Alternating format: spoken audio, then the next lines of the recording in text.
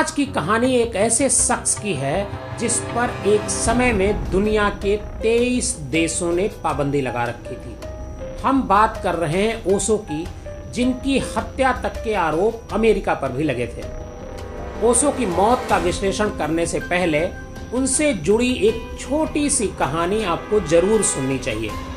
बात 1940 की है। 10 साल का एक लड़का चंद्रमोहन रेलवे स्टेशन पर खड़ा होकर महात्मा गांधी का इंतजार कर रहा था। ट्रेन से गांधी कुछ ही देर में पहुंचने वाले थे। घर से चलते समय चंद्रमोहन को उसकी दादी ने 3 रुपए दिए थे, जो उस समय के हिसाब से बहुत बड़ी रकम थी। गांधी तीसरे दर्जे के डिब्बे में यात्रा कर रहे थे। साथ में कस्तूरबा और उनके सचिव भी थे। गांधी जी की ट्रेन अपने तय वक्त से 13 घंटे लेट उस रेलवे स्टेशन पर पहुंची। काफी लोग जो गांधी के इंतजार में वहां खड़े थे वो निराश होकर लौट गए थे, लेकिन चंद्रमोहन वहीं पर गांधी का इंतजार करता रहा।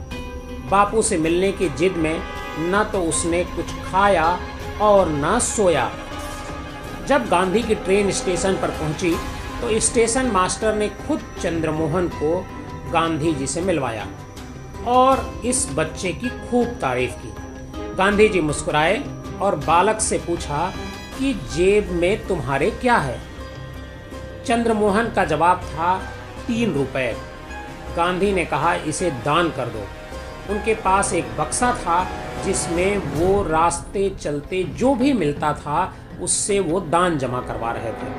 चंद्रमोहन ने कहा, हिम्मत हो तो ले लो, या फिर ये बताओ कि किस लिए दान करूं। गांधी ने कहा, ये रुपए गरीबों के लिए दान कर दो। चंद्रमोहन ने 3 रुपए बक्से में डाले और पूरा बक्सा उठाकर चल दिए।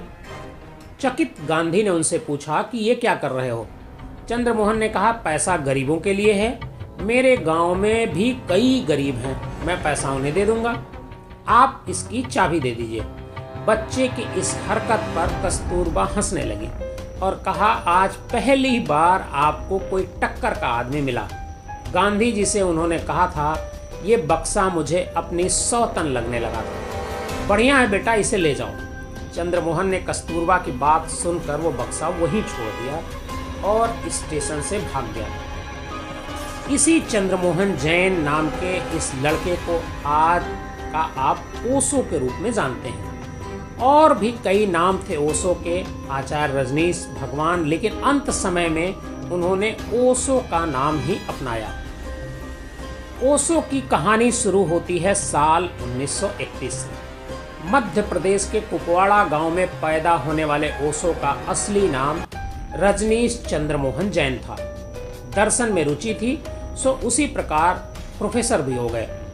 वो 60 के दशक में ओशो ने पब्लिक में बोलना शुरू किया। ओशो तर्क देने और बोलने में तेज थे। 1969 में उन्हें दूसरे वर्ल्ड हिंदू कॉन्फ्रेंस में बुलाया गया, जहां उन्होंने कहा कि कोई भी ऐसा धर्म जो जीवन को व्यर्थ बताता है वो धर्म नहीं है। उनके इस बयान पर पुरी के शंकराचार्य नाराज हो गए। उन्होंने ओशो का भाषण रुकवाने की भी कोशिश की। इसी बीच ओशो की एक किताब मार्केट में आई और किताब के आते ही हंगामा मच गया। नाम था संभोग से समाधि तक। नाम से ही आप समझ सकते हैं कि किताब कितनी कंट्रोवर्शियल रही होगी। इस किताब में ओशो को इंडिया क्या पूरे वर्ल्ड में फेमस कर दिया। उन्होंने पुणे के कोरेगांव पार्क में अपना आश्रम बनवाया। यहाँ वो ध्यान सिखाने लगे। दुनिया भर से लोग इस आश्रम में आने लगे, जिसके चलते 1977 के आसपास उनकी सरकार से खटपट होने लगी। उस समय के प्रधानमंत्री मोरारजी देसाई ओशो के धुर विरोधी थे। ओशो को लगा कि भारत में अब वह ज्यादा दिन तक नहीं रह पाएंगे। तब उन्होंने यूएस जाने की योजना बनाई। ओशो अमेरिका चले गए और अमेरिका के ओरेगन राज्य में करीब 64,229 एकड़ बंजर जमीन पर एक बड़ा सा कम्यून आश्रम बनाया, जिसका नाम दिया गया रजनीशपुरम। छोटा शहरी कह लीजिए आप। 3 वर्षों के भीतर ही उनके अनुयायियों ने बंजर जमीन से एक सुंदर शहर इस जगह पर बना दिया। इस शहर में लगभग 7,000 से अधिक नागरिक रहते थे। इसके अलावा fire brigade, police, restaurant, shopping mall, town house, 42,000 feet लंबी हवाई पट्टी, सार्वजनिक बस सेवा के अतिरिक्त सीवेज प्लांट और जलाशय जैसी सारी आधारभूत सुविधाएं और लग्जरी सुविधाएं यहाँ पर मौजूद थी। यहाँ जो भी रहने वाले थे वो अपने अपने फील्ड के ज़्यादातर एक्सपर्ट थे। उन सब ने अपना एक्सपर्ट इस पर यहाँ डोनेट किया था। इसी दौर में ओशो कहने लगे थे कि मैं अमीरों का गुरु हूँ। अब तक उनके पास 93 रॉल्स रॉयस कार इकट्ठा हो चुकी थी।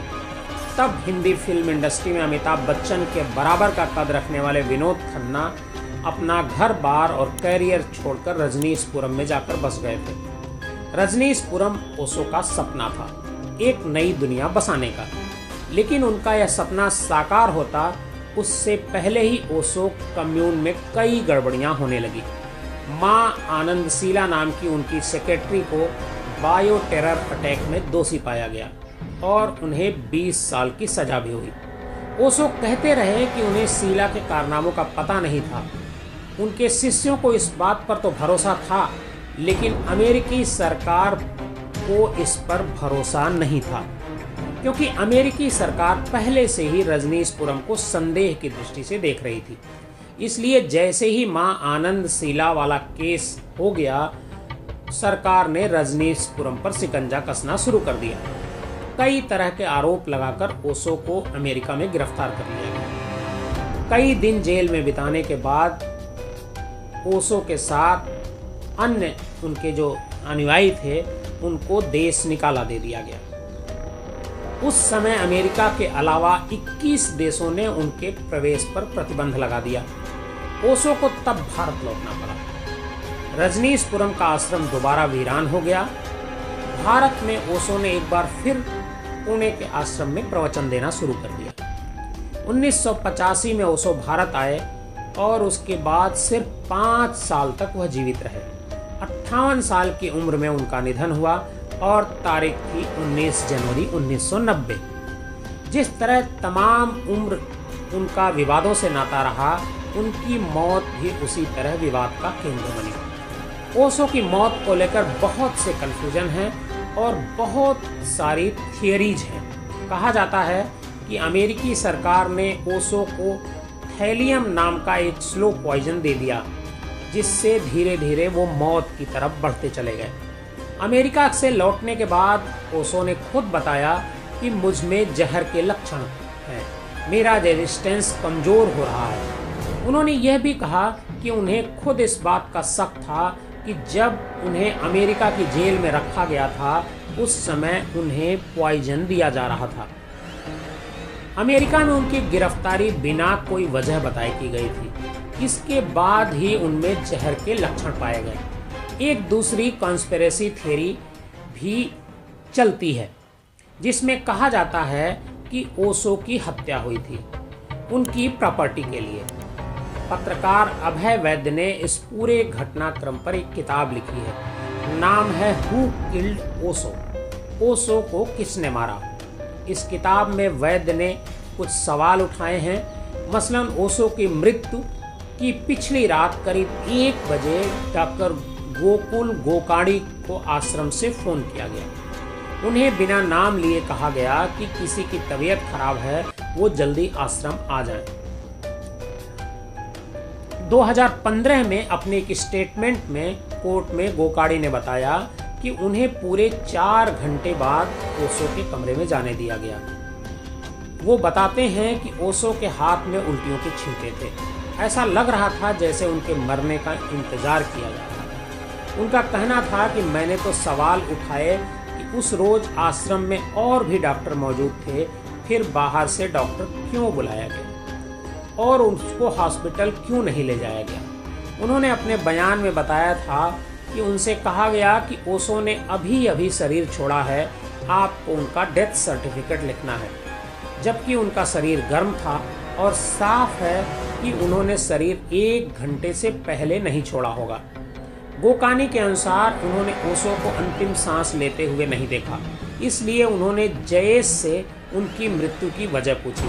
उन्होंने गोकानी से दिल की बीमारी के बारे में लिखने को कहा ताकि इस शव का पोस्टमार्टम न हो। सवाल ये भी है कि गोकानी ने उल्टियों के बारे में उस समय क्यों नहीं पूछा। बाद में उनका अंतिम संस्कार भी बहुत हड़बड़ी में कर दिया गया। इस मामले में हालांकि आश्रम की तरफ से आधिकारिक बयान में कहा गया कि यह ओशो की इच्छा थी। वो चाहते थे कि उनका शरीर 10 मिनट से ज़्यादा सबके सामने न रखा जाए। हालांकि ये बातें लिखित में नहीं थीं। इसके बाद एक सवाल यह भी उठा कि ओशो के परिवार यानी उनकी माता जी को भी उनकी तबीयत बिगड़ने के बारे में क्यों नहीं बताया गया। ओशो की सेक्रेटरी नीलम कहती हैं कि जब उन्होंने ओशो की मां को मौत की बात बताई तो उन्होंने कहा कि नीलम, उन्होंने उसे मार दिया। इस मामले में एक बड़ा सवाल यह भी है कि ओशो की माताजी ने किसके बारे में कहा कि उन्होंने उसको मार दिया। ओशो के एक भक्त योगेश का कहना था कि ओशो के आश्रम की हजारों करोड़ की संपत्ति, किताबों और ऑडियो वीडियो से मिलने वाली करोड़ों की रॉयल्टी को जाली तरीके से हड़पा जा रहा है। वह मामले को बॉम्बे हाईकोर्ट तक ले गए और 2018 में बॉम्बे हाईकोर्ट ने योगेश की अपील को खारिज कर दिया। ओशो की मृत्यु का यह विवाद तमाम विवादों की फहरिस्त में शामिल है, जिसका ठीक जवाब शायद ही मिल सके। हालांकि ओशो 21वीं सदी में भी उतना ही लोकप्रिय हैं।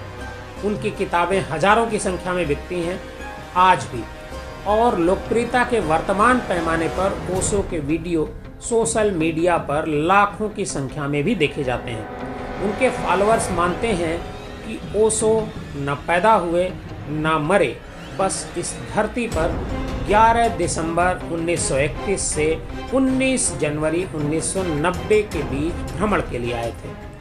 आपको आज की कहानी हमारी कैसी लगी कमेंट बॉक्स में ज़रूर बताइएगा।